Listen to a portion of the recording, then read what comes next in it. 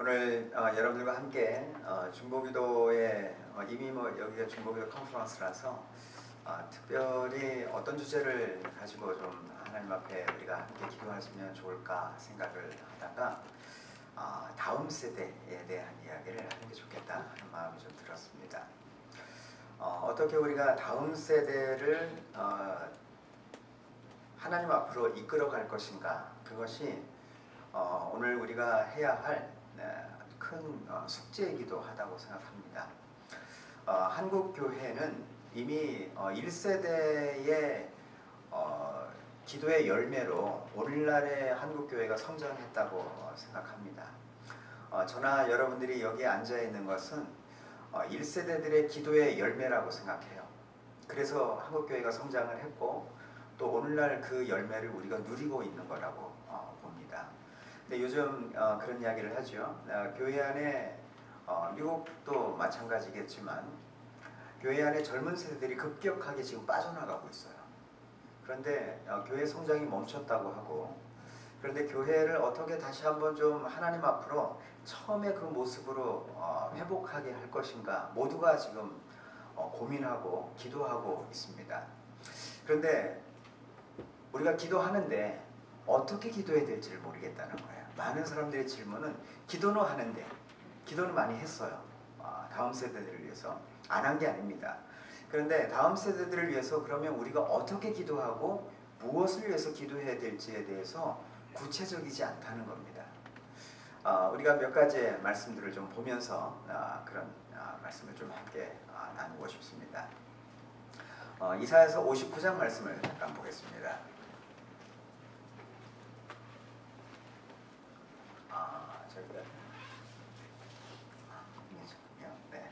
이사야서 59장 말씀을 잠깐 한번 보죠.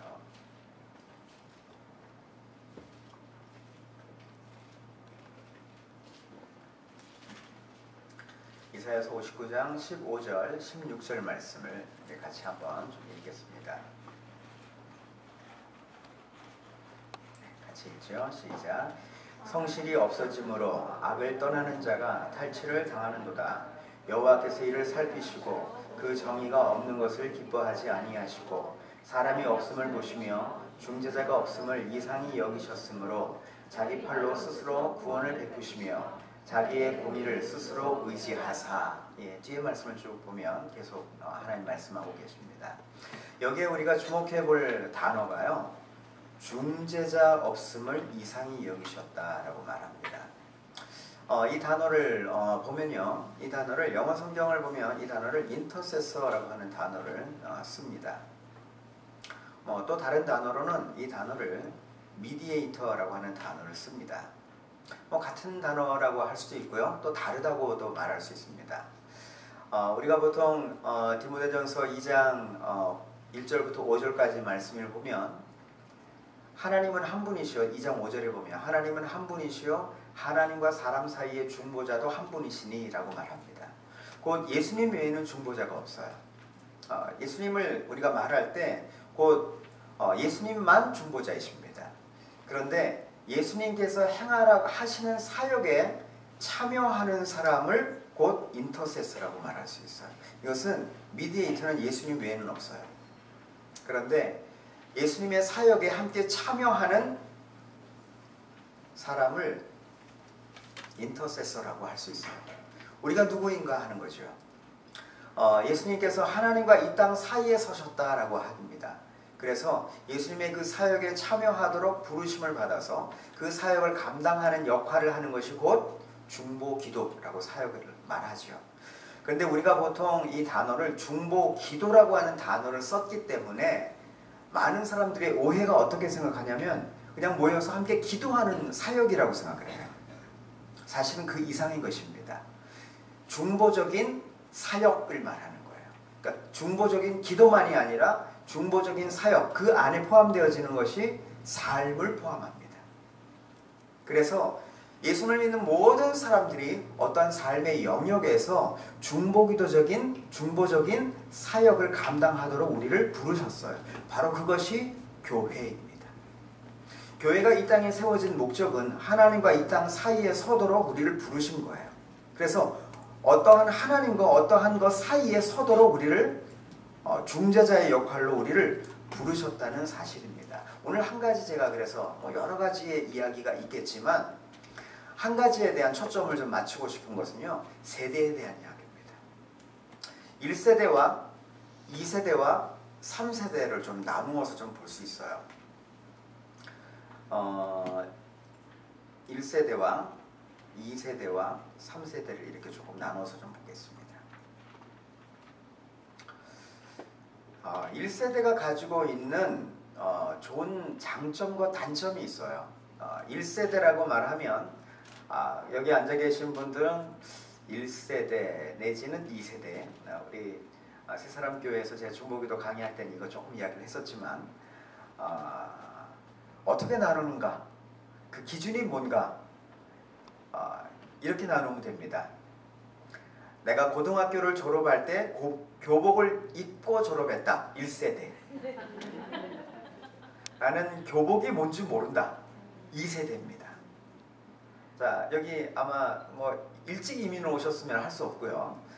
내가 한국에서 고등학교를 졸업했는데 고등학교 졸업할 때 까만 교복을 입고 그리고 우리 자매님들은 이 세라복 입고 졸업했다. 이런 걸 한번 손들어 보시게요. 예, 대부분 1세대죠. 네. 1세대는 이런 특징이 있습니다. 어떤 특징이냐면요. 하나님에 대한 신관이 굉장히 중요한 차이점이 있어요. 1세대가 가지고 있는 하나님에 대한 생각은 어떠냐면 하나님은 있다. 곧 하나님에 대한 유신론적인 세계관을 가지고 있어요. 그런데 1세대에게 전도할 때 그래서 뭐가 필요하냐면 하나님이 좋은 하나님인가 나쁜 하나님인가 이거 이야기해주면요 1세대들은 예수님 믿기가 굉장히 쉽습니다. 그러니까 좋으신 하나님 이 찬양하면 넘어가잖아요. 예. 하나님 정말 우리 하나님 정말 좋으신 하나님이야 라고 말할 때 그런데 내가 하나님을 알기 전에 그러면 뭘 믿었나? 잡신을 믿은 거죠. 나쁜 신을 믿은 거구나. 그러니까 예수님을 그러면 우리가 하나님을 알려면 어떻게 할까? 예수님을 영접하면 좋은 하나님을 만나게 돼. 그러니까 1세대가요. 예수님 믿기가 굉장히 쉽습니다. 어렵지 않아요.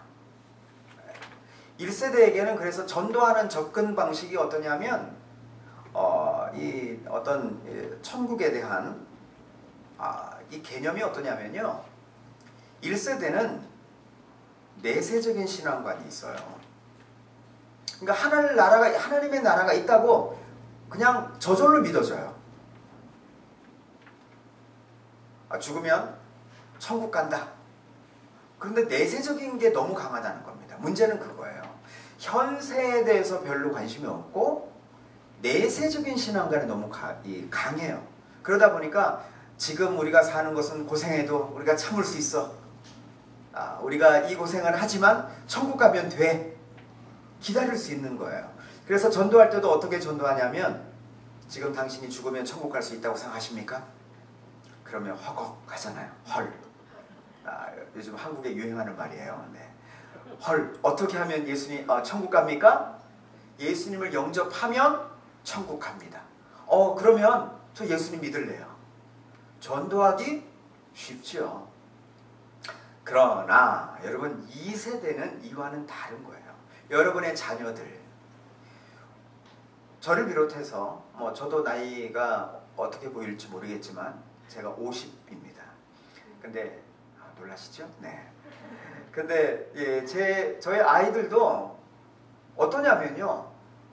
똑같아요. 여러분의 자녀들이나 지금의 이 세대들 안에 가지고 있는 공통적인 게 뭐냐면요. 하나님은 없다라고 여긴다는 거예요.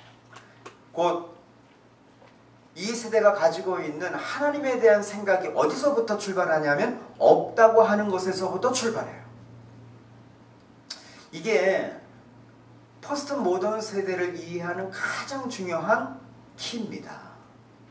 그러니까 다음 세대를 위해서 우리가 지금 많은 사역을 합니다. 여기 지금 미국 와보니까요.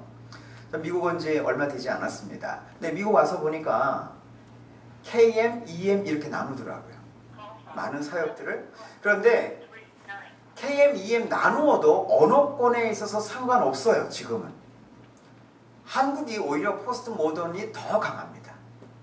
오히려 지금 미국은요. 3세대로 넘어가고 있어요. 미국은. 지금 미국 같은 경우에는요. 1960년대부터 포스트 모던 세대가 본격화되어졌죠. 이 포스트 모던 세대, 모더니즘이라고 하는 원래 이제 모더니즘을 먼저 좀 이해할 필요가 있고요. 1960년대부터 이것이 본격화되어지면서 이들 안에 깊이 들어와 있는 게 뭐냐면 하나님은 없다라고 생각하는 거예요. 그런데 지금 한국 사람들은요. 지금의 한국의 청년들은, 청소년들 지금 미국의 이 행해왔던 이것을요. 똑같이 지금 답습하고 있습니다. 그러니까 한국과 미국이 지금 거의 공통화되어진 게 있어요. 그게 뭐냐면 하나님은 없다고 여기는 거예요. 그렇기 때문에 이들에게 아무리 내세적인 어떤 신앙관에 대해서 가르치잖아요. 죽으면 천국 갈 수 있습니까? 이거 묻잖아요. 만약에 청소년들에게 여러분 전도해 보세요. 네가 지금 죽으면 천국 갈 수 있다고 생각하니? 그러면 애들이 뭐라 그런 줄 아세요? 왜 가야 되는데요? 그럽니다. 그러니까 우리의 이 질문에 답을 우리가 예상했던 답을 해야 되는데 전혀 예상 밖의 대답을 해요. 왜 가야 되는데요? 이럽니다. 자, 그러면 포스트 모던 세대, 지금의 포스트 모던 세대가 가지고 있는 생각이 어떠냐면요. 현재가 중요해요. 미래 잘 모릅니다. 죽으면 어떻게 될지 모른다는 거죠. 안 믿는 거예요. 그러니까 포스트 모던 세대에게는 지금이 중요합니다. 지금. 다음에 죽어서 이거 중요하지 않아요. 그런데 우리들은 그게 안타까운 겁니다. 1세대는 야 죽으면 너네들 지옥 가. 그런데 가면 가죠. 가봤어요? 이럽니다. 가보셨어요? 거꾸로 그러면 애들한테도 물어봐요. 너는 가봤니? 물어봐야 돼. 서로 안 가보고 누가 맞을지 몰라요. 네. 하나님 말씀하시잖아요. 사단의 속임이 지금 청소년 세대, 이 포스트 모던 세대 안에 깊이 들어와 있습니다. 자, 그러면 우리가 좀 생각해 봐야 돼요. 교회에 이 청년들이, 이 젊은 세대들이 와 있습니다. 여러분 자녀들을 비롯해서 교회에 이 아이들이 오는데 그래도 보면 교회에 와 있는 청년들은 그래도 괜찮은 거예요. 그래도 믿으려고 노력이라도 하는 아이들입니다. 저희 아이도요. 저희 아들한테도 제가 물어봤어요. 예전에. 너 하나님이 어떻다고 생각하니? 그러니까 저희 아들이 이러더라고요. 아빠 엄마를 보니까 하나님이 계신 것 같아. 그런데 우리 친구들을 보고 이 세상을 보니까 하나님은 없는 것 같아. 그래서 제가 저희 아들의 생각이 굉장히 궁금하더라고요. 야, 그러면 너는 어떻게 생각하고 있니? 그러니까 저희 아들이 그러더라고요. 나는 하나님이 있다고 쳐. 그러니까 교회를 다녀야 되는데, 교회는 다녀야 되는데 하나님이 없으면 교회를 다닐 수가 없잖아요. 그런데 부모님을 보니까 하나님이 있는 것 같아요. 그런데 친구들을 보니까 하나님이 없는 것 같아요. 근데 교회는 다녀야 되니까 어떻게 되냐면 마치 컴퓨터에 게임하면요. 아바타가 있어요. 아바타. 그거 보면 가상 공간에 어떠한 인물을 세워놓는 겁니다. 마치 하나님을 그렇게 여겨요. 지금의 세대는요. 하나님을 어떻게 여기냐면 가상의 하나님이에요. 굉장히 중요한 이야기입니다. 사실 이게요. 이것에 대해서 가상에 대한 하나님이라고 하는 것, 이 말은 뭐냐면요. 하나님이 있을 수도 있고 없을 수도 있다는 거예요. 그러면 이 아이들에게, 지금 청년들에게, 이 다음 포스트 모던 세대에게 이 중재자의 역할이 너무너무 중요한 거예요. 하나님이 중재자를 찾으십니다. 1세대와 2세대의 사이에 여기 서 있어요. 우리가 예수님 믿는 사람이라면 지금 여기 서 있는 거예요. 이 사이에 있는 거예요. 1세대와 2세대 사이에서 뭔가 중재자의 역할을 하지 않으면 어쩌면 한국교회는 노인의 교회로 전락할지도 몰라요. 아니 점점 그렇게 되어 가고 있습니다. 제가 미국 교회나 지난번 호주의 교회도 한번 갔었는데 다 노인분들만 오세요. 정말 청년 한 명 볼까 말까 정말 희귀합니다. 마치 엘리 제사장 시대에 하나님의 말씀이, 하나님의 이상이 희귀했던 것처럼 마치 지금이 그런 세대가 되어 갑니다. 어쩌면요 엘리 제사장은 하나님을 섬겼을는지 몰라요. 그러나 엘리 제사장의 아들들은 하나님께 패역한 아들들이었어요. 또 사무엘은 하나님을 잘 섬기는 하나님의 제사장이었는지 모릅니다. 그러나 사무엘의 아들들을 보십시오. 하나님께 패역한 세대였어요. 오늘날에 지금 이 일이 일어나고 있습니다. 근데 말세에 대해서 이야기했죠. 하나님 아까도 우리가 점심 때 잠깐 어떤 한 분이 말씀하셨지만 말세에 무슨 일이 일어날 것인가 하나님 약속하고 계신 것은 뭐냐면 아비의 마음을 자녀에게로, 자녀의 마음을 아비에게로 돌이키겠다고 말씀하세요. 이것은 지금 오늘날 하나님이 우리에게 찾으시는 하나님과 이 땅 사이에 선다라고 할 때 곧 하나님과 이 땅의 세대 사이에 서야 한다는 거예요. 1세대들의 하나님만이 아닙니다.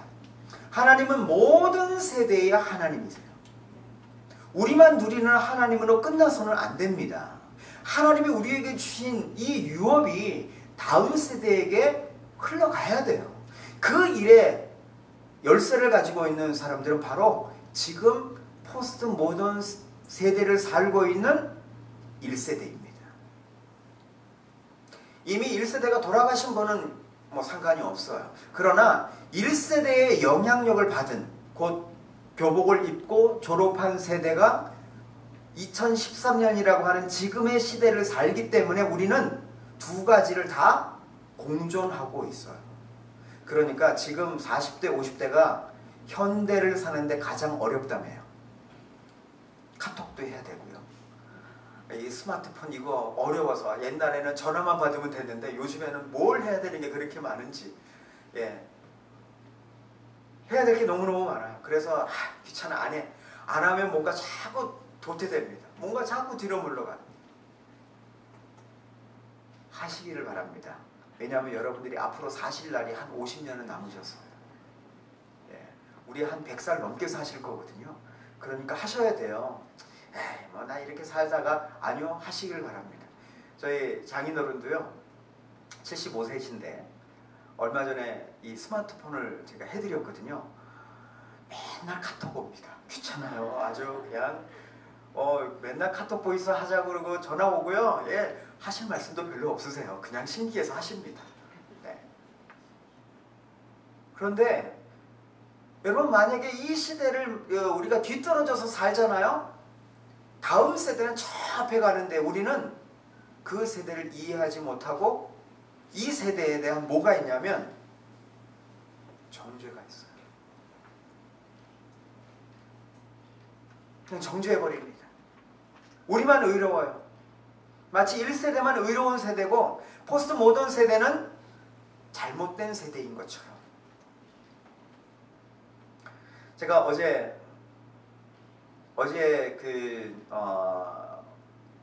시내에 갔다가 돌아오면서요. 제 뒷차에 타고 있는 사람들을 보고 제가 깜짝 놀랐어요. 마침 또 해가 이렇게 앞으로 비춰지면 뒷차에 사람들이 얼굴이 잘 보이잖아요. 그럴 때가 가끔 있잖아요. 근데 뒷차에 타고 있는 사람이 두 형제님이었어요. 예수님 믿는 형제인지 안 믿는 형제인지 모르겠지만 어쨌든 두 형제님이 타고 있는데요. 두 사람이 좋아 죽더라고요. 서로 키스하고요. 서로 껴안고요. 서로요 막 기대고 난리가 났어요. 제가 그걸 보면서 여러분 왜 지금 이러한 형제님 두 분들이 이렇게 좋아하시는 줄 아시죠? 지금의 무슨 일이 이 미국에 무슨 일이 벌어진 줄 아시죠? 어떤 일이 통과된 줄 아시죠? 미국 대법원에 결혼법이라고 하는 기준을 바꿔버렸어요. 지금까지는 이성 간의 결혼을 그것이 합법이라고 여겼어요. 근데 이제는 뭐라고 말하냐면요. 이성 간의 결혼만이 결혼은 아니다. 곧 그 말은 뭐예요? 동성 간의 결혼도 가능하다. 이렇게 지금 대법원에서 결정을 했어요. 자, 앞으로 그러면 이제 이 세대 안에, 미국만이 아니에요. 이것은 이제 한국은 급속도로 따라올 겁니다. 참, 이런 걸 왜 그렇게 따라오는지. 예. 어쩌면 한국이 더 앞서갈런지도 몰라요. 지금의 추세를 보면 한국이 더 앞서갈지도 모르겠어요. 지금 심각합니다. 근데 이걸 보면 우리는 어떠냐면요. 어제도 제가 그 제 뒤에 따라오는 그 차를 보면서 한편으로 보면 참 안타까운 마음. 한편으로 보면 참 좀 뭐랄까요. 좀 정죄까지는 아니더라도 저렇게 좀 하지 않았으면 하는 마음이 있는가 하면 저는 이걸 보면서 하나님과 이 세대 사이에 서야 할 사람들을 하나님이 찾으시는데 없으니까 지금 이러한 일이 일어나고 있구나 하는 생각을 하게 됐습니다.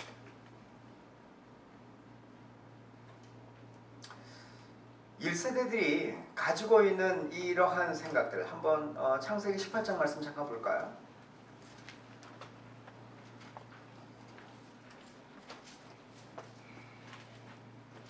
창세기 18장 22절부터 33절까지의 말씀입니다.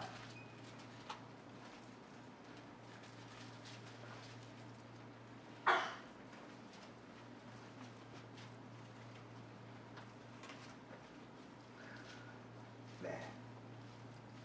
18장 22절부터 26절까지 같이 좀 읽어보겠습니다. 같이 읽죠. 시작. 그 사람들이 거기서 떠나 소돔으로 향하여 가고 아브라함은 여호와 앞에 그대로 섰더니 아브라함이 가까이 나아가 이르되 주께서 의인을 악인과 함께 멸하려 하시나이까 그 성 중에 의인 50명이 있을지라도 주께서 그곳을 멸하시고 그 50의인을 위하여 용서하지 아니하시리이까 주께서 이같이 하사 의인을 악인과 함께 죽이심은 부당하오며 의인과 악인을 같이 하심도 부당하니이다. 세상을 심판하시는 이가 정의를 행하실 것이 아니니까 여호와께서 이르시되 내가 만일 소돔 성읍 가운데서 의인 50명을 찾으면 그들을 위하여 온 지역을 용서하리라. 여기까지 읽겠습니다. 우리가 잘 아는 소돔에 대한 이야기예요. 소돔, 타락한 도시의 대명사. 여러분, 이 소돔에 일어났던 사건 중에 창세기 19장에 보면 동성애의 문제를 이야기하고 있어요. 여기 천사들을 이끌어내라 라고 말하지요. 그러면서 뭐라고 말하냐면 내가 이들과 상관하리라. 그 말은요, 성적인 관계를 하겠다는 이야기예요. 이제 지금 이 포스트 모던 세대에게 가장 대두되어지는 것이 바로 이 동성애 문제입니다. 미국에서 이런 이야기 하면 혹시 법적으로 저촉되나요? 공개적으로 이야기하면 뭐 경찰 와서 저 끌고 가는지 모르겠어요. 안 되면 한국 가야죠. 뭐. 예. 그러나 말할 겁니다. 왜냐하면 진리를 말해야 되기 때문에. 어쩌면 앞으로요, 성경 이야기를 하면 감옥 갈지도 몰라요. 그렇게 될 겁니다. 이 이야기 하면요, 감옥 가요. 왜냐하면 이게 불법책이니까. 죄를 범하는 것이 합법이고 진리를 말하는 것이 불법이 되어버려요. 그러면 이제 감옥 가야 될 상황이 될런지 모릅니다. 이것은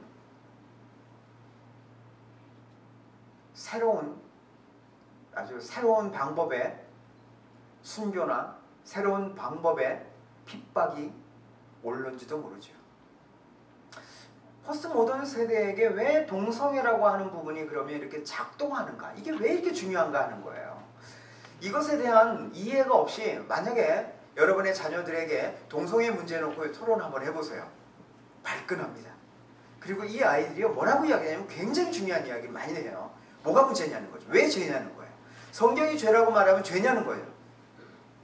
네, 여기에 중요한 이야기들이 있어요. 1세대가 가지고 있는 생각은 뭐냐면 모든 기준을 어디에서 가져오냐면 성경의 절대적 기준을 갖습니다. 그러나 포스트 모던 세대가 가지고 있는 기준은 뭐냐면 진리가 뭐냐면요. 상대적이에요. 절대적 기준은 없습니다. 상대적이에요. 그 말은 너도 옳고 나도 옳아요. 너를 존중해줘야 되고 해주는 만큼 나도 존중받아야 되는 거죠. 자, 여기서 주는 중요한 이슈가 뭐냐면요. 포스트 모던 세대에게 정말로 중요한 게 뭐냐면 저스티스입니다. 정의예요.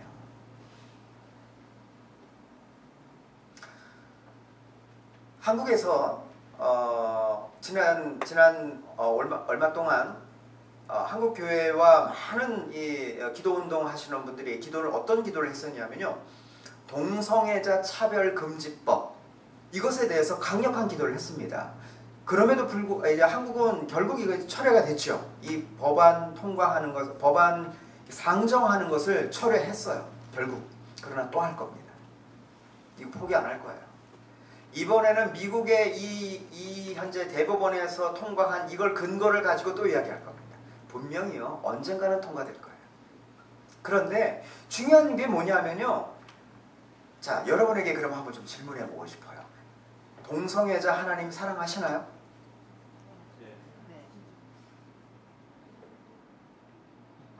네, 고개가 이렇게 왔다 갔다 이게 두 개가 다 있어서요. 네. 자, 하나님이 동성애자 사랑하시나요? 네. 예. 대답은 예스입니다. 그러면 우리들 안에 한국 사람들은요 이게 이해가 안 돼요. 자, 왜 그런가? 우리는요 사람과 행위를 같은 거로 보기 때문에 그래요. 하나님은 사람은 사랑하세요. 그러나 사람의 죄의 행위는 미워하십니다. 자, 하나님은 동성애자 사랑하십니다. 그러나 동성애의 행위는 미워하십니다. 그렇죠? 자, 우리들 한번 생각해 보세요. 하나님 여러분 사랑하시나요? 네. 여러분이 착한 일 많이 하셔서 사랑하시나요? 아니요. 우리가 하나님의 지으신 바이기 때문에 우리를 사랑하세요.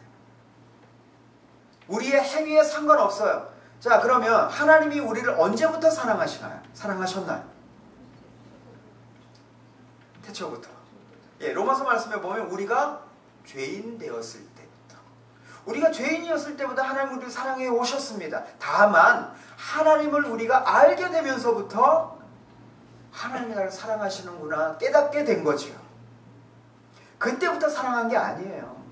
우리가 교회에 나와서부터 하나님이 우리를 사랑하신 게 아닙니다. 자, 여기에 이 원리를 적용해 보면, 자, 동성애자 하나님 사랑하시나요? 네. 네. 그러나 행위는 미워하십니다. 분명해야 돼요. 그런데 우리는 어떠냐면요. 동성애자 차별금지법. 여러분, 동성애자들은 차별받으면 안 돼요. 저는 그게 성경적이라고 봅니다. 동성애자는 차별하면 안 돼요. 단 행위는 구별해야 됩니다. 그런데 한국교회가요. 동성애자 차별해야 된다고 계속 주장했어요. 여러분, 이게 하나님의 진리입니까? 저는 아니라고 봐요. 그러니까 어떻게 보면요. 사단이 교묘하게 이용한 거예요. 반대할 거를 아니까 그것에 대해서 교묘하게 동성애자 차별금지법이라고 하는 이 단어를 쓰면서 오히려 교회가 차별하도록 만드는 거예요. 그러니까 사회는 어떻게 생각하냐면 정의라고 하는 이 저스티스에 대해서 자극시킵니다. 그래, 차별을 하면 안 되지. 예를 들어서 제가 다리가 불편해. 장애인 차별해도 됩니까? 분명히 다 알잖아요. 차별하면 안 된다는 거 다 압니다. 그러면 동성애자 차별해도 되나요? 아니요, 차별하면 안 됩니다. 똑같아야 돼요. 죄인이나 의인이나 하나님은 똑같이 대하세요. 자, 그러나 여기에 말합니다. 심판을 이야기할 때 이렇게 말하고 있어요. 의인을 25절의 말씀을 보세요. 의인을 악인과 함께 죽이심은 부당합니다. 하나님은 악인을 죽이시는데 악인을 심판하시는데 의인을 죽이지 않아요. 반대로 하나님은 의인과 악인을 똑같이 대하지도 않습니다. 여기에 우선권을 가지고 있어요. 하나님이 그 소돔성에 의인이 있다면 어떻게 하시겠습니까? 아브라함이 질문하죠. 하나님 뭐라고 말해요? 의인이 있다면 용서하겠다라고 말합니다. 하나님은 구별하실 때가 있어요. 의인과 악인을. 그러나 행위에 대해서 분명히 구별하십니다. 의인에 대해서. 의인 때문에 하나님은 죄인을 용서하기를 원해요. 그 도시를. 그런데 죄인을 죽이는 그 일 때문에 의인을 하나님이 한꺼번에 죽이시지 않는다는 겁니다. 이게 지금 하나님의 성품이에요. 그런데 여기에 이렇게 말하고 있잖아요. 동성애 하나님은 모든 어떤 행위에 대해서는 분명히 차별하십니다. 의인과 악인에 대해서. 그러나 하나님이 의인과 악인에 대해서 하나님 똑같이 비를 주시고, 하나님 의인과 악인에 대해서 똑같은 은혜를 주시고, 의인과 악인에 대해서 하나님은 똑같이 만드셨어요. 차별하지 않습니다. 그런데 우리는 어떻게 하냐면요, 행위를 차별해야 되는데 사람을 차별하도록 만들어버렸어요. 그게 우리가 가지고 있는 오류입니다. 이게 한국 사람들이 가지고 있는 오류예요. 여러분, 사람을 대하실 때 그 사람은 사랑해야 합니다. 사람은 사랑해야 될 대상이에요. 용납과 용서의 대상입니다. 미워할 대상이 아니에요. 지배의 대상이 아닙니다. 이 세대 안에 지금 이러한 것이 교묘하게 우리의 생각 안에 들어와 있어요. 하나님이 이 세대 안에 지금 우리에게 구별하기를 원하는 게 있습니다. 정말 사실은 1세대가 하나님의 성품을 가지고 있거든요. 정의로운 것을 좋아합니다. 그러나 문제는 뭐냐면요, 1세대의 문제는 뭐냐면 정의로움과 이 부분에 대해서, 하나님의 의로움에 대해서, 실제로 행함에 대해서 별로 관심이 없어요.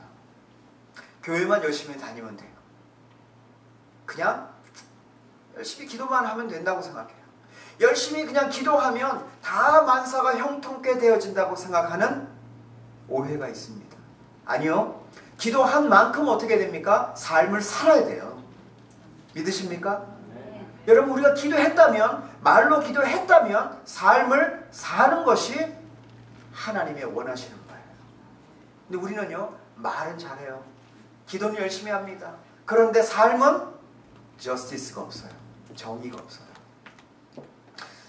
포스트 모던 세대에게 깊이 작용하는 게 바로 이 저스티스입니다. 우리 안에 불의함이 있어요. 제가 자주 이걸 이용하는데요. 이거 한국 돈 1,000원이에요. 여러분, 이 가까이 계셔도 안 보일 것 같은데 여기에 보면 글씨가 써 있습니다. 안 보이실 거예요. 네, 여기 보면 뭐라고 써 있냐면 이렇게 써 있습니다. 주 예수님을 믿으라. 그리하면 너와 내 집이 구원을 얻으리라. 아멘. 뒷면에 뭐라고 써 있냐면요, 예수님 믿으면 천국, 불신자는 지옥. 아멘. 여러분, 이거 보시면 의롭다고 보이십니까? 이 돈을 올바르게 사용했다고 생각되십니까? 근데요, 이거 10년 전, 20년 전에요, 전도 이렇게 했어요.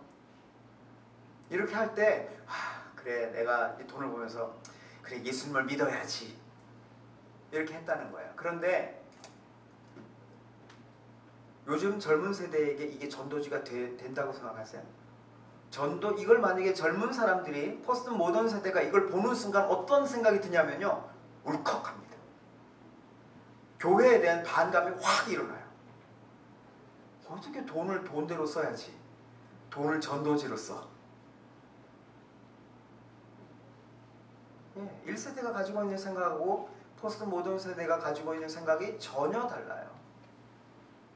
지금 우리가 이 젊은 세대들을 위해서 기도할 때 젊은 세대가 무엇이 가장 중요한가? 정의가 중요해요. 포스트 모던 세대. 근데 1세대에게는 뭐가 중요하냐면요, 정의가 중요하지 않았어요. 뭐가 중요하냐면 생존이 중요했어요. 살아야만 했습니다. 그렇지 않나요? 정말 가난을 극복해야 되고 생존해야만 했습니다. 그것이 1세대. 조금 불의해도 먹고 살아야 되니까 다 살자고 하는 일인데 뭐 그런 이야기를 합니다. 다 잘 살자고 하는 건데. 그런데요, 그 속에 우리 안에 불이함이 너무너무 많았어요. 부정과 부패와 이런 것이 지금 사회 안에, 우리 한국 안에 지금 총체적인 부패입니다. 어떻게 어디를 지금 수술해야 될지 모를 만큼 총체적인 부패예요. 근데 젊은 세대는 이걸 보면서 막 분노가 일어나요. 여러분, 이게요, 미국 이야기이기도 합니다.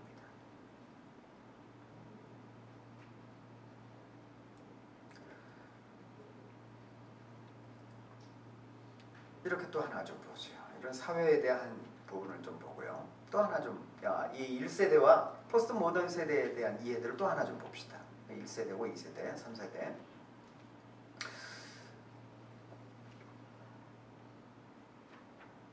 자기 정체성을 한번 보죠.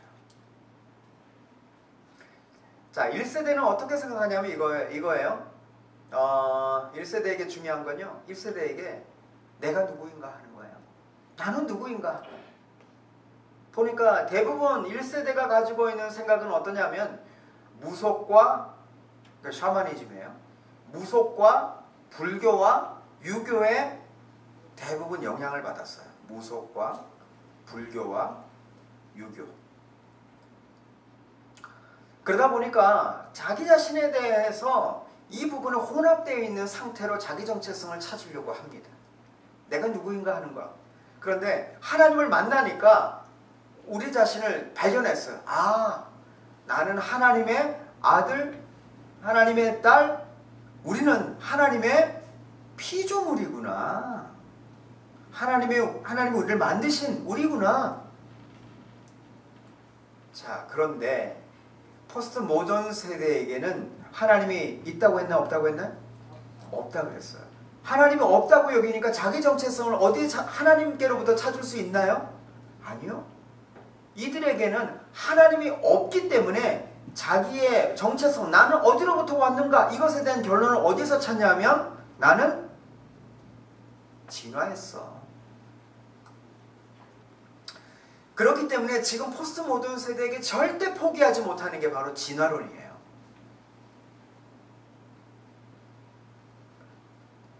혹시 여러분 자녀들도 미국에서 이거 보는지 모르겠어요. 포켓몬스터 이런 거 하나요? 혹시 많아요? 그거 혹시 아세요? 포켓몬스터? 저희 아들이 그 포켓몬스터 어릴 때 보고 자랐거든요. 근데 여기도 아마 계실런지도 몰라요. 여러분, 포켓몬스터 어릴 때부터 봤는데 저희 아들이 그러더라고요. 아빠, 내가 진화하면 아빠가 돼? 이럽니다. 그러니까 성장을 뭘로 바꿨냐면 진화라고 바꿔놨어요. 성장을. 아, 내가 진화하면 아빠가 되는구나. 그러면 아빠가 진화하면 할아버지가 되는구나. 이거죠. 네. 어떻게 바꿔놨냐면 진화라고 하는 것을 이 어린아이의 깊은 내면 안에서부터 들어와 있어요. 혹시 그러면 이런 것도 있나요? 6.25 카드. 여기 미국에도 있죠. 예, 6.25 카드 그거 있을 거예요. 근데 한국에는 유희왕 카드 이럽니다. 근데 이 6.25 카드가 어디서부터 온 건가 아셔야 돼요. 이 카드가요, 원래는 지금 일본 사람이 그거 그린 거지만 원래 이게 어디서부터 온 거냐면요, 이집트의 흑마술의 그런 이름들에서 온 거예요. 그것을 일본 사람이 그린 겁니다. 그런데 그것을 그 모든 그 귀신들을, 그 악령들을 아이들의 손에다가 지금 다 쥐켜놓은 거예요. 이 아이들이 이제 이 내면 안에 받아들여지는 게 뭐냐 하면 진화론적인 것과 또 하나는 다음 세대로 지금 넘어가고 있어요. 뭐가 넘어가냐면 어둠의 영에, 악한 영에 붙잡혀가고 있는 상태가 되어 갑니다.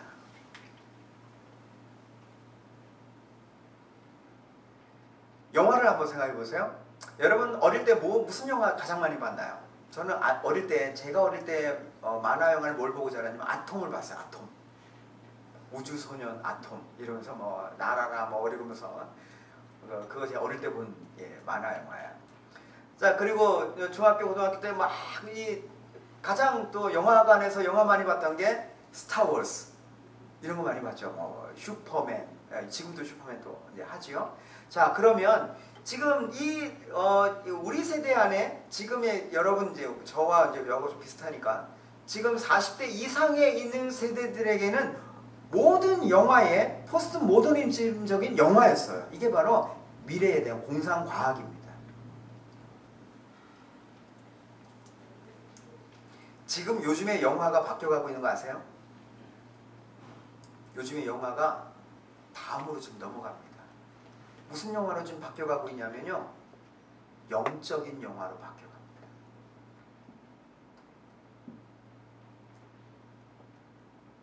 영화의 내용들이요 굉장히 영적이에요. 트와일라이트, 뱀파이어, 뱀파이어의 무슨 사랑 뭐 이렇고요. 뭐 하여튼 이런 어떤 이 판타지 영화 이런 부분들이 이 대세를 이루어갑니다. 그리고 그냥 영화가 되면 안 돼요 이제는. 그리고 여러분 아마 여러분의 자녀들이 게임할 겁니다. 컴퓨터 게임 같은 거 할는지 모르겠어요. 네, 안 할 수도 있고요. 예. 아마 굉장히 많이 요즘 아이들이 하는 게요, 롤입니다. 롤. LOL. 리그 오브 레전드. 이거 게임 해요. 근데 여기 한번 그래픽을 한번 보세요. 굉장히 영적이에요.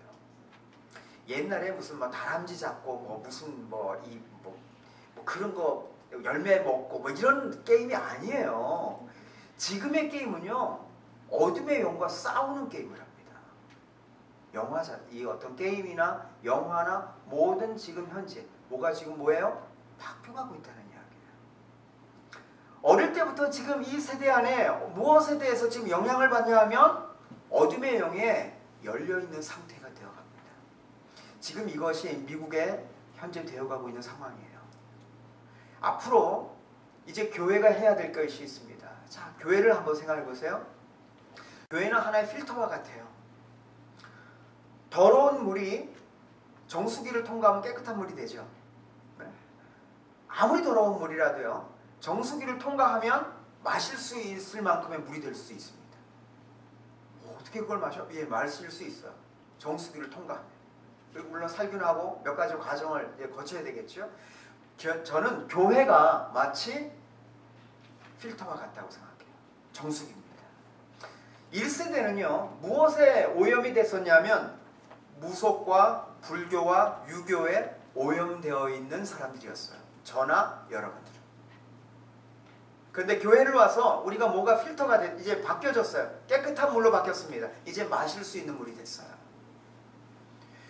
요즘 전도하면 어떠한 영향력을 받는 사람이겠습니까? 포스트 모던 세대, 모더니즘의 영향을 받은 사람들이 교회에 오겠죠. 그러면 교회가 어떤 역할을 해줘야 돼? 어떤 것을 걸러줘야 되냐면 포스트 모더니즘에 대해서 걸러주는 역할을 교회가 해야 돼요. 근데 교회가 그 역할을 못하면 교회 안에 불순물이 작동하게 될 겁니다.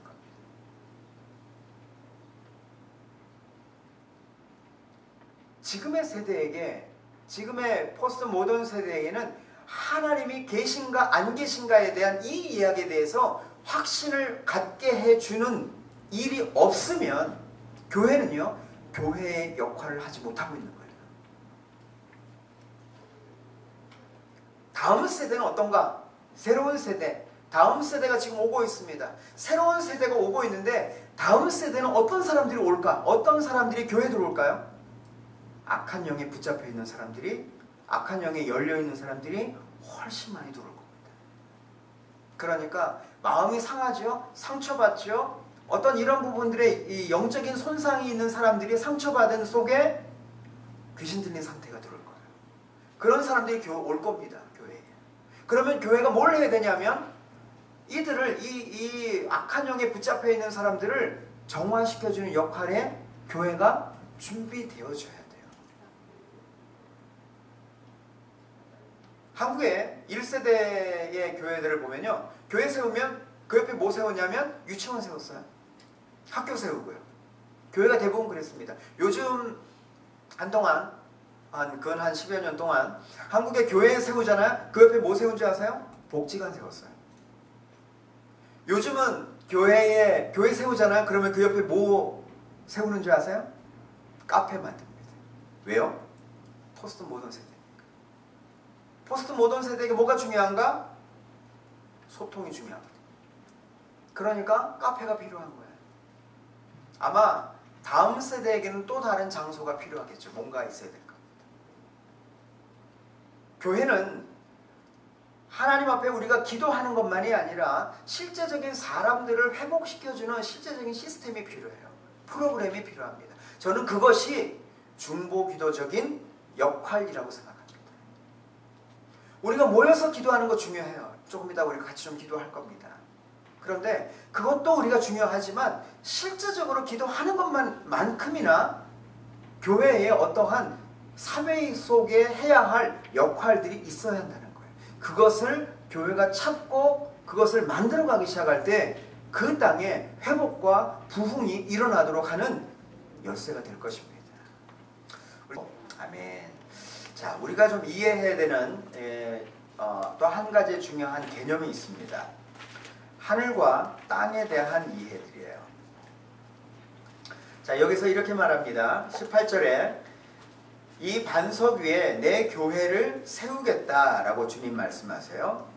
그런데 음부의 권세가 이기지 못한다라고 말하고 있습니다. 곧 그 말은 뭐냐면 음부라고 하는 이 말은 사망을 당한 자가 가는 곳, 곧 어둠의 왕국을 말해요. 어둠의 영이 이기지 못한다, 견디지 못한다는 겁니다. 사단이 이 땅 가운데 정사와 권세와 이 어둠의 세상 주관자들과 에베소서 말씀에 있죠. 하늘에 있는 악의 영들이라고 하는 이러한 이 타락한 영들을 조종하면서 세상을 움직이고 있어요. 그런데 사단이 이 땅에서 모든 영역을 다 지배하고 있는가에 대한 질문이 있습니다. 창세기 1장 말씀을 보세요. 26절부터 28절까지 말씀.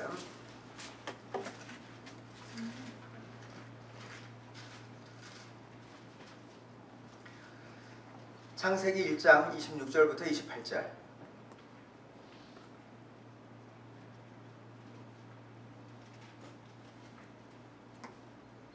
네, 같이 한번 좀 읽어보겠습니다. 시작.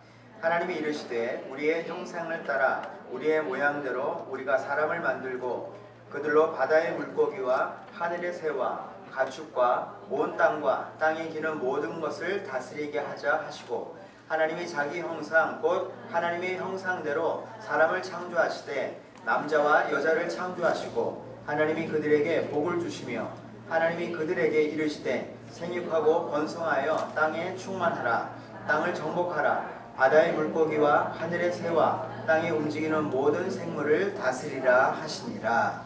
아멘. 자, 하나님이 사람을 만드셨다라고 합니다. 하나님이 사람을 만드신 목적이 무엇입니까? 26절에 있어요. 하나님이 왜 만드셨어요? 예, 다스리게. 이게 해답이죠. 하나님이 사람을 만드신 목적은 하나님이 왕이신데 사람들로 하여금 다스리도록 하나님이 우리를 만드신 겁니다. 그런데 아담과 하와가 범죄했죠? 다스리는 이러한 권한을 잃어버렸어요. 누구에게 넘겨준 겁니까? 사단에게. 그래서 사단이 하늘에서 있을 것을 얻지 못해 하나님을 대적함으로 하늘에서 내쫓김을 당했잖아요. 이 땅에 내려와서 그들이 뭔가 권한을 얻어야 될 거 아니에요. 그런데 와서 보니까 권한은 다 사람에게 있는 겁니다. 이 권한을 뺏어야 될 거예요. 그래서 사람들로 하여금 그것을 사람들에게 있어서 그것을 빼앗았어요. 그래서 성경에서 말할 때 공중권세 잡은 자라고 말하는 거예요. 그래서 바로 세상 임금이라고 하는 겁니다. 그러니까 사단이 이 땅을 지배하는 데 있어서 그들은 어떤 합법적인 권한을 얻었어요. 그게 어떤 것이냐면 바로 죄라고 하는 영역입니다. 중요한 개념이에요. 사단이 사람들을 지배하는 데 있어서 그러면 이 세상 임금이라 할지라도 사단이 모든 사람들을 다 지배하는가? 아니요. 얼마만큼입니까? 죄의 영역만큼. 제한적이에요. 그러니까 사단이 이 영향력을 줄 수 있는 것은 죄의 영역만큼이에요. 그래서 예수님을 믿을 때 우리가 예수님 우리에게 말씀하시죠. 회개하라. 천국이 가까웠느니라 라고 말씀해요. 뭐냐 하면 죄에서 떠나라는 거예요. 너희가 예전에는 마귀의 자녀였다고 말하지요. 그런데 이제 너희가 하나님의 아들, 하나님의 딸이라고 주님 말씀하세요. 이제 우리의 신분이 바뀌었어요. 우리는 더 이상 죄라고 하는 영역 안에 포함되어 있지 않습니다. 우리는 하나님이 우리를 처음 만드셨을 때의 모습으로 우리를 회복시키셨어요. 예수님께서 이 땅에 오심으로 말미암아 마귀에게 빼앗겼던 모든 권한을 다시 되찾았어요. 자, 이 되찾는 과정에 이 모든 사명을 누구에게 준 겁니까? 교회에게 준 거예요. 교회가 이제 해야 될 일은 뭐냐면 사단에게 빼앗긴 영역을 되찾는 거 해야 돼요. 그게 뭐예요? 바로 죄라고 하는 영역과 교회가 싸움을 해야 한다는 겁니다. 바로 이게 뭐냐면 영적 전쟁이에요. 어둠의 영과의 싸움을 해야 합니다. 그런데 또 하나는 어둠의 영과 싸움을 할 때 먼저 선행되어져야 되는 게 뭐냐면 죄와 싸움을 해야 돼요. 어둠의 영과 싸움을 한다고 하는 이것을 보통 우리가 뭐라고 말하냐면 파워 인카운터라고 말하죠. 이것을 보통 우리가 능력 대결이라고 말해요. 파워 인카운터.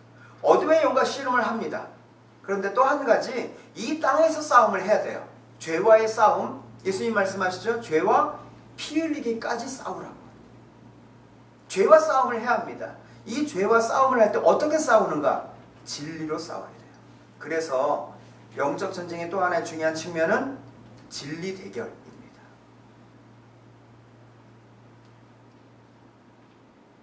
자, 그러면 포스트 모던 세대를 이제 하나님 앞에 끌어가려고 하면 이제 여기에 열쇠가 있어요.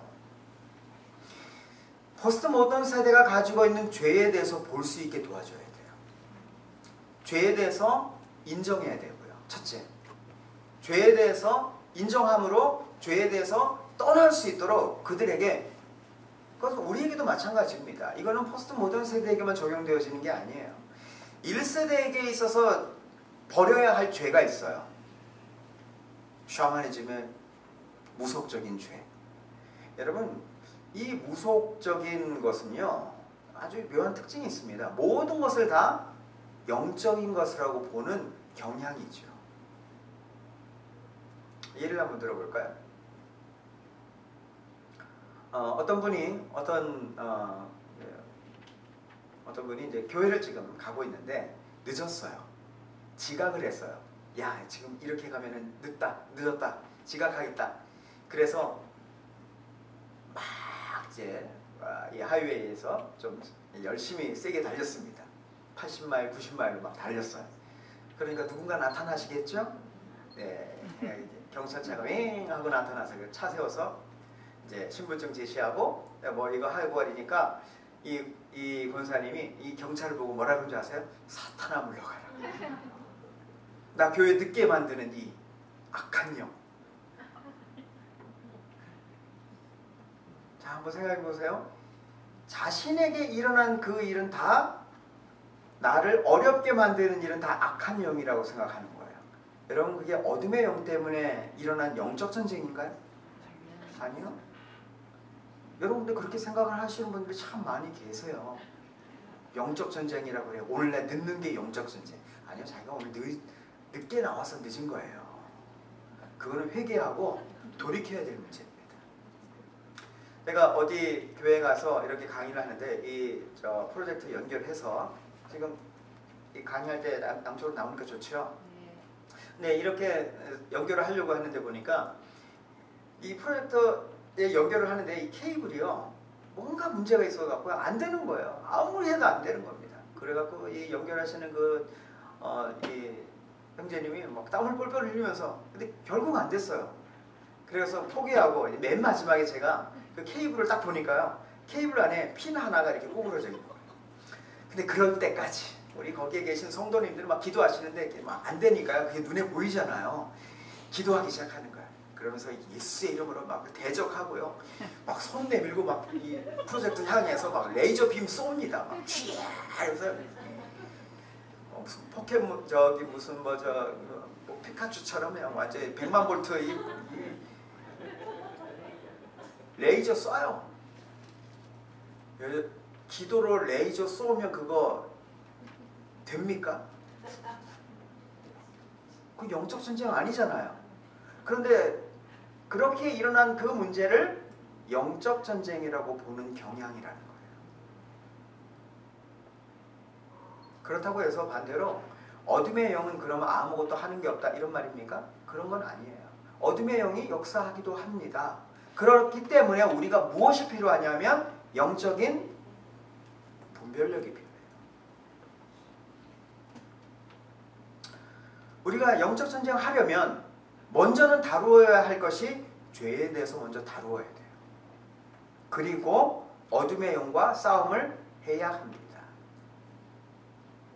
자, 그러면 우리가 포스트 모던 세대, 지금 이 세대 안에 가지고 있는, 지금 이거 포스트 모던 세대라고 이야기할 때는요, 우리를 포함하는 겁니다. 지금 이제는 뭐 세대가 따로 있는 게 아니에요. 오늘날 지금 가지고 있는 많은 이 생각들의, 사람들의 생각하는 어떤 생각이냐면 하나님이 없다라고 생각이 지배적이에요. 이 생각이 지금 지배적인데, 자, 그러면 어둠의 영에 대해서 우리가 대적하면서 하나님이 없다고 생각하는 모두의 악한 영들은 떠나갈지어다, 이거 대적하는 거 하려면 뭘 해야 됩니까? 먼저 죄에 대해서 다뤄야 되겠죠. 그럼 뭘 해야 되나요? 회개가 일어나야 돼요. 그러니까 깊은 회개가 먼저 우리 안에 일어나야 그 다음에 어둠의 영이 떠나갈 거 아닙니까? 이렇게 예를 들어보죠. 제가 지난번에도 어떤 교회에 가서 강의를 이렇게 했지만 그때 들으신 분도 여기 계시는데 또 한다 이럴지 모르겠어요. 그래도 똑같은 걸 또 해야 되겠습니다. 자, 만약에 이쪽에 파리가 막 많아요. 파리가 막 날라들고 막 그럽니다. 여러분, 그 파리가 날라드는데 그 파리 없애려고 하면 어떻게 합니까? 근데 보니까 한쪽에 쓰레기가 많아요. 그러니까 파리가 막 날라드는 거예요. 그러면 그 파리 없애려고 하면 어떻게 해야 됩니까? 쓰레기 치워야 되죠. 근데 우리는 어떠냐면 파리만 쫓아요. 이 귀찮은 파리. 파리만 자꾸 쫓아보세요. 7파리 데리고 돌아옵니다. 파리가 지 친구들 다 이제 초청해서 데리고, 친구 초청, 이거 합니다. 더 많아져요. 뭘 치워야 되나요? 쓰레기 치워야 돼요. 죄를 치워야 돼요. 자, 이걸 개인에게 한번 적용해 보세요. 우리의 마음 안에 어둠의 영이 역사하도록 불러들이는 죄라고 하는 영역을 내가 다루지 않으면 어둠의 영을 아무리 대적해도 그것은 일시적일 뿐입니다. 예수 그리스도의 이름에 권세가 있기 때문에 파리는 떠납니다. 가기는 가요. 그러나 또 돌아옵니다.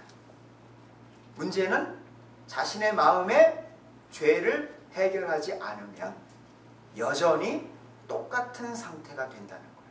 기도 아무리 많이 해도요, 죄 회개 안 하면 회복 안 돼요. 하나님 우리에게 말씀하십니다. 용서하라 라고 말씀하세요. 그러면 용서해야 영적인 것이 풀어지거든요.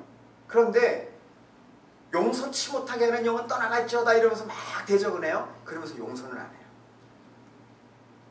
여전히 미워합니다.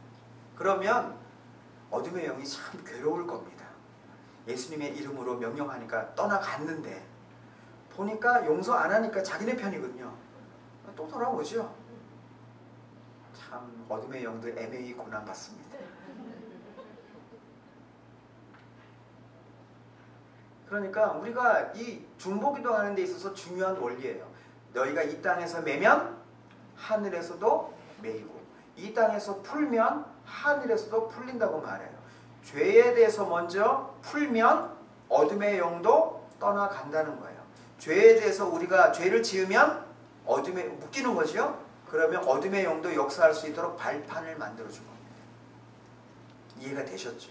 그런데 무속은 어떠냐면요, 어둠의 영이 있기 때문에 사람들이 죄를 범한다고 생각해요. 그게 무속적인 영향력이에요. 그러니까 이런 거죠. 우상숭배의 영이 있기 때문에 사람들이 우상숭배의 죄를 범한다. 아니요. 사람들이 우상숭배의 죄를 범하기 때문에 우상숭배의 영이 임하는 거예요. 음란의 영이 있기 때문에 사람들이 음란한 죄를 범한다. 그렇게 보통 말하죠. 그래서 음란의 영을 대적해요. 결박합니다. 아니요. 음란의 죄를 회개해야 음란의 영은 떠나가요. 돈을 사랑하고 탐욕의 영, 만몬의 영 결박하고 대적하죠. 아무리 대적해보세요. 자신의 마음 안에 탐욕을 회개하지 않으면, 자신의 마음에 돈을 사랑하는 마음, 디모데전서 말씀에 말하죠. 6장 10절에 말하죠. 돈을 사랑함이 일만하게 뿌리다고 말해요. 골로새서 2장 말씀에 보면 탐욕은 우상숭배라고 말해요. 자신 안에 탐욕이 있는데 어떻게 만몬의 영을 결박하고 떠나가라고 해서 해결될 수 있겠습니까? 먼저는 자신의 마음에 탐욕의 마음을 회개해야만 탐욕의 영은 더 이상 설 자리가 없기 때문에 자동적으로 떠나가요. 자, 이것을 2세대에게 적용해보세요. 자, 첫째는 우리 개인에게 적용해보세요. 2세대에게 한번 적용해보세요. 포스트 모던 세대에게 한번 적용해보세요. 또 지금 이 미국이라고 하는 이 도시, 이 LA, 이 도시 안에 이 도시가 정말로 바뀔 것을 여러분 기대하십니까? 여러분 이 땅에 부흥이 일어날 것을 여러분 믿으십니까? 그렇다면 우리가 뭘 다루어야 되냐면 죄에 대해서 다루는 일이 이 땅 안에 일어나야 한다는 거예요. 회개의 영이 임해야 이 도시가 바뀌는 것입니다. 아무리 이 땅에 어둠의 영 떠나가라 명령해도요, 그것은 아무 소용없어요. 이 땅에 사는 먼저는 교회가 회개해야 돼요. 첫째는 예수를 믿는 사람들 먼저 회개해야 합니다. 두 번째는 이 땅의 사람들이 죄에 대해서 이 회개에 대한 영향력을 받아야 돼요. 그래서 죄에 대해서 회개하는 일들이, 돌이키는 일들이 이 도시 안에 일어나야 도시 안에 급격한 변화가 일어나요. 물론 이 일을 위해서 중보기도 하는 사람들의 기도가 충분히 이루어져야 되겠죠. 그래서 먼저는 기도하시는 분들의 충분한 회개가 일어나야 돼요. 어쩌면 그래요. 우리가 뭔 그렇게 죄를 많이 지었길래 또 회개하라 그래요. 어떤 원사님 저한테 그러시더라고요. 또 회개하라 그래요. 우리 회개 다 했는데.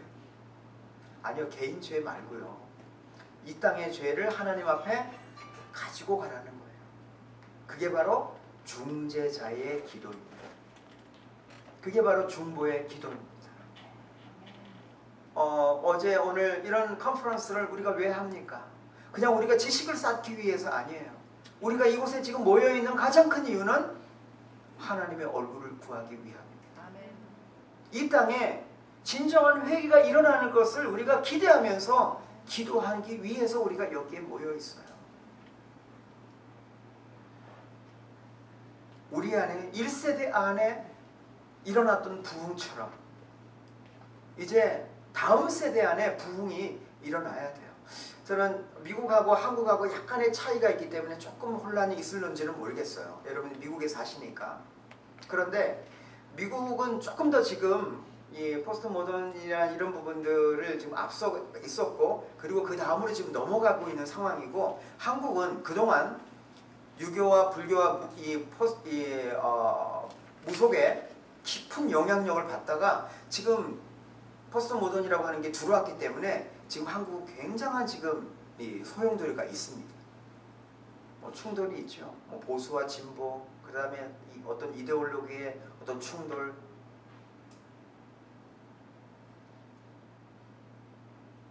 주님 우리에게 말씀하십니다. 너희가 천기를 분별하는 것처럼 지금의 시대를 분별하라고 주님 말씀하세요. 여러분, 우리의 시대와 현대의 지금의 시대와 또 다음 시대가 지금 오고 있습니다. 하나님은 그냥 우리의 하나님만이 아니에요. 우리의 윗세대의 하나님만이 아닙니다. 하나님은 지금 오는 세대의 하나님이기도 해요. 그 일에 우리가 뭘 해야 되냐면 중간에 서서 브릿지와 같은 역할을 하는 그러한 것을 우리에게 하나님이 요구하신다고 생각합니다. 이 LA라고 하는 이곳이 어떤 곳인가? 포스트 모더니즘을 전 세계에 실어 나르는 그런 역할을 했던 도시입니다. 이 도시가 영화의 도시잖아요. 이 도시가 전 세계의 영화를 가져다주는 헐리우드 영화의 여기 본부예요. 전 세계는 그런 영화 때문에 많은 영향력을 받았습니다.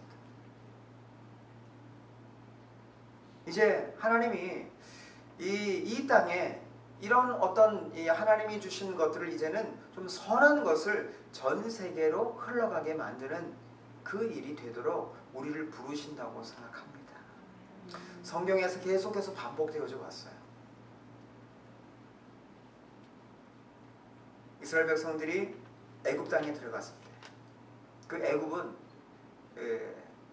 마치 그 시대의 가장 문명의 최고의 전성기를 누렸던 시대였습니다. 하나님이 오히려 이스라엘 백성들을 애굽에 들어가서 그 애굽을 깨기 위해서요. 애굽에서 나오도록 이스라엘 백성들이 바벨론에 비록 죄로 말미암아 바벨론의 포로로 끌려갔지만 바벨론에서 나오게 하실 때 그 바벨론을 깨기 위함입니다. 사도 바울이 로마의 식민권을 가지고 있었던 것은 곧 이방인의 사도가 되어지면서 이방인 가운데 하나님의 복음이 일어나도록 하기 위해서 하나님이 부르셨다고 생각합니다. 오늘날 여러분들을 이 땅에 보내셨어요. 오늘날 여러분들이 이 LA 땅에 살게 하셨습니다. 그것은 하나님의 선하신 목적이 있다고 생각합니다. 그냥 우연히 여러분들이 이곳에 있지 않아요. 우연히 지금 2013년이라고 하는 이때의 이 시즌에 우리가 여기에 있는 것이 우연히 있지 않다는 겁니다. 하나님의 카이로스의 계획이 있어요. 하나님의 시간입니다. 지금의 어떤 하나님의 시간이 있어요. 마지막 때를 살면서 하나님이 지금 오늘 우리에게 이 시대에 우리에게 원하는 것이 무엇인가? 우리가 그것을 붙잡아야 합니다. 장소에 대한 것이 있고요. 시간에 대한 것입니다. 그리고 누구에게인가인 거예요. 바로 그것은 다음 세대입니다. 다음 세대라고 말할 때 우리를 제외한 것이 아니에요. 우리는 그 안에 포함되어져 갑니다. 우리의 생명이 붙어있는 한 우리의 시간이 얼마나 될지 몰라요. 아무도 장담하지 못합니다. 그러나 우리의 삶의 최선을 다해서 하나님 앞에 하나님의 얼굴을 구하는 그런 삶을 살도록 하나님이 우리를 부르셨다고 믿습니다. 하나님이 그래서 이 중재자를 찾으신다고 말하고 있어요. 여러분, 이 포스트 모더니즘을 이것을 여기에서 출애굽시킬 사람을 누구겠습니까? 저는 포스트 모던 세대를 경험한 사람들이 포스트 모던 세대를 끌어낼 수 있다고 생각합니다. 모세가 히브리 사람이지만 그 겉의 신분은 바로의 공주의 아들이라고 하는 그런 환경과 상황 속에 살았던 것처럼 우리는 한국 사람이고 크리스찬으로서의 정체성이 있어요. 이 땅에 살면서 어쩌면 이 땅에 그런 포스트 모더니즘의 핵심에 지금 우리가 와 있어요. 이 LA가 바로 그곳이거든요. 하나님이 우리를 이 땅의 사람들을 출애굽시키도록 우리를 부르신다고 생각합니다. 하나님 우리를 통해서 이 땅을 회복시킬 거라고 믿습니다. 아멘. 같이 이 시간에 좀 기도할까요?